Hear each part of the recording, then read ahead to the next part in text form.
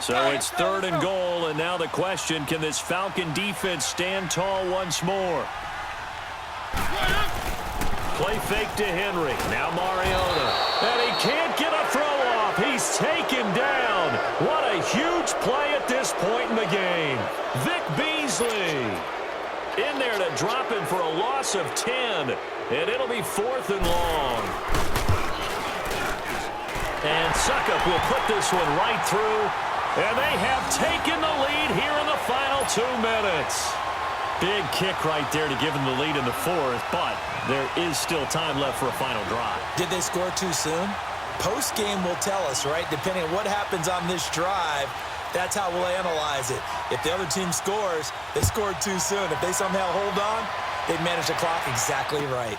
That's fielded in the end zone. And all that worked, but he stopped where he ultimately would have been, and he's simply taken a knee, and that's the 25-yard line. So out come the Falcons now. And last time, 1 play interceptions, so this offense, they should be fresh. That's a good way of putting it. And I can't wait to see what they decide to do with play calling, because a 1-play drive where you throw an interception, a lot of people think the very next time out, run the football, don't give them a chance. Maybe play action? I think maybe you go play action, show your quarterback, you get a little confidence in him, and let him fling another one.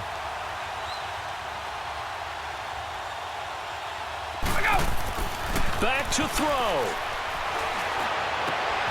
And finding the tight end, Hooper. And they work this well upfield across the 45. And a nice gain of 21 yards.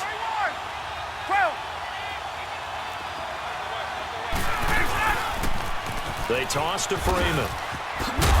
And they're well past midfield, just a yard or 2 shy of the 40. 12 yards there as they move the chains. First down now, but that clock rolling. Freeman again, a first down carry. And he's going to fight his way forward here for a modest gain. Rashaan Evans out of Alabama had the tackle defensively. Clock's under a minute. Still plenty of time, partner. They have all 3 timeouts. That means they have plenty of options in their play calling and where they target on the field. They can throw it downfield, maybe even in the middle, and use their timeouts. And he'll take this one down to the 36. 3 yards is half of what they needed. Now can they get the other 3 here on 3rd down? I know they got a little yardage there, but I'm not sure their investment is right. They're still running the football, and I'm not sure there's enough time to continue to do that. On 3rd down, Devontae Freeman. And that play went nowhere. Losing yardage. It'll be back at the 36. They're making steady progress, but I see your face. You're worried about that clock. I'm worried about the clock, and at some point, you have to have a splash play in there as well. So on 4th down, out trots the kicker in a big spot here. Now the Falcons going to use one of their timeouts as the clock will stop with 21 seconds to go in the football game.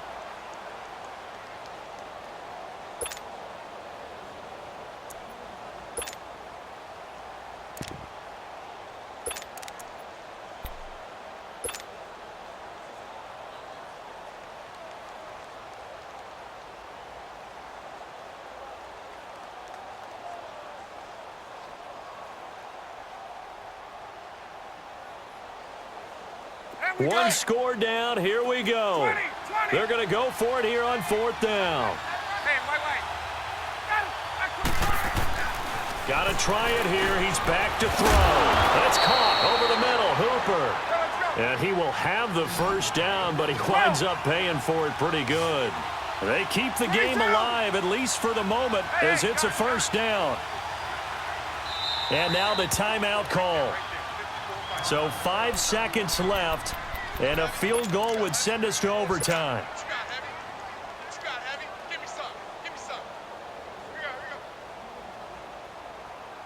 The Falcons will call on Matt Bryant for the field goal try.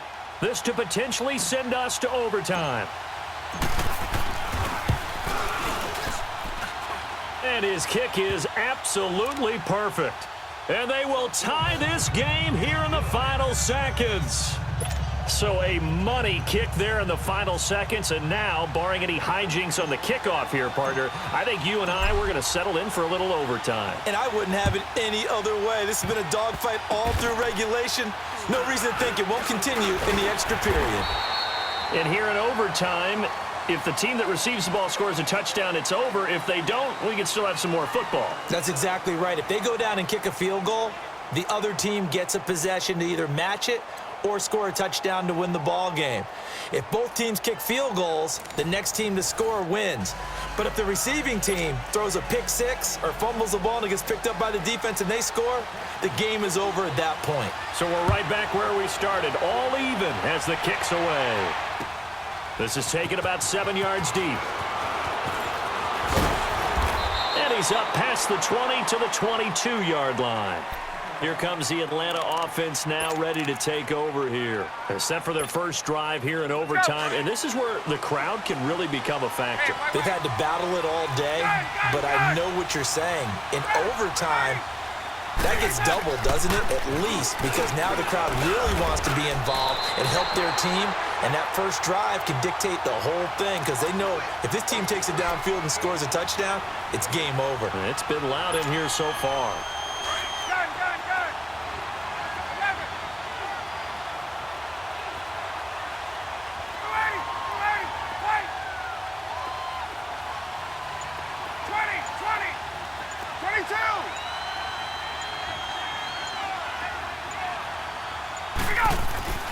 First throw in overtime now for Ryan.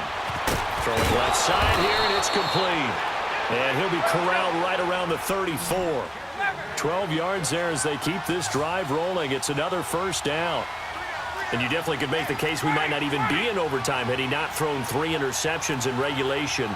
But looking better here so far in OT. Yeah, and when you think about what a coach is thinking at that point, because normally you've thrown 3 picks during the game, you might craft your play calling to be a little more careful.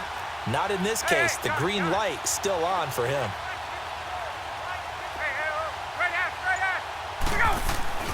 They'll throw on first down with Ryan.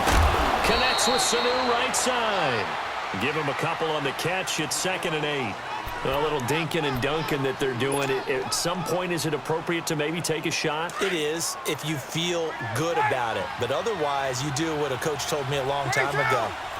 Take what they give you, but make them tackle. In other words, get it to one of your guys in space. If he makes someone miss, that could turn into the big play you're looking for. And able to get this one across the 45 before he's brought down. His first catch, and it's a big one in overtime. It's a first down.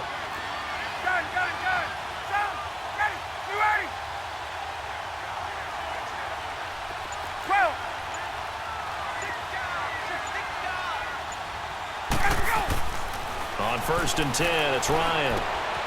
Caught by Sanu. And he'll take it down shy of the 45 at the 46. A gain of 6 there on first. 6 yards was the pickup on the last completion, so here's 2nd and 4. Here's Coleman. And he gets this inside the 35-yard line. They pick up 12 on the play there, and they move the chains. You have to control the guy playing over the nose in order to run the ball up the middle against a 3-4, and they did that very well on that play.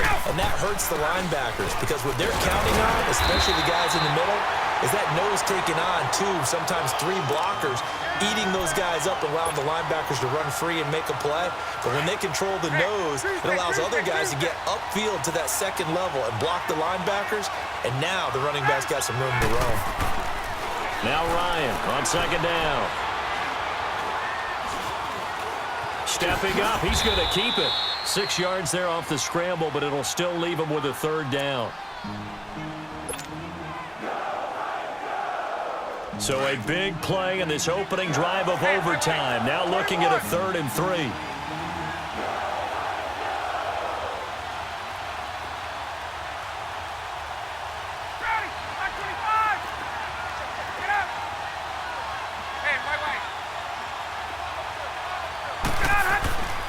Here's Ryan. It's a short one here, complete to the tight end. And he'll be a little shy of the 25 here at the 26-yard line. Good defense holds him to only a yard, and it'll be 4th down.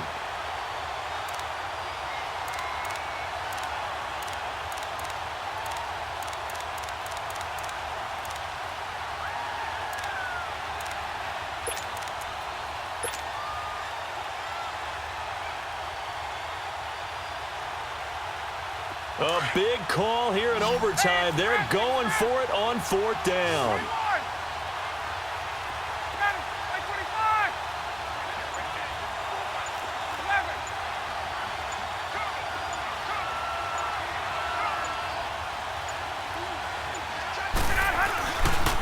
They'll run it with Coleman.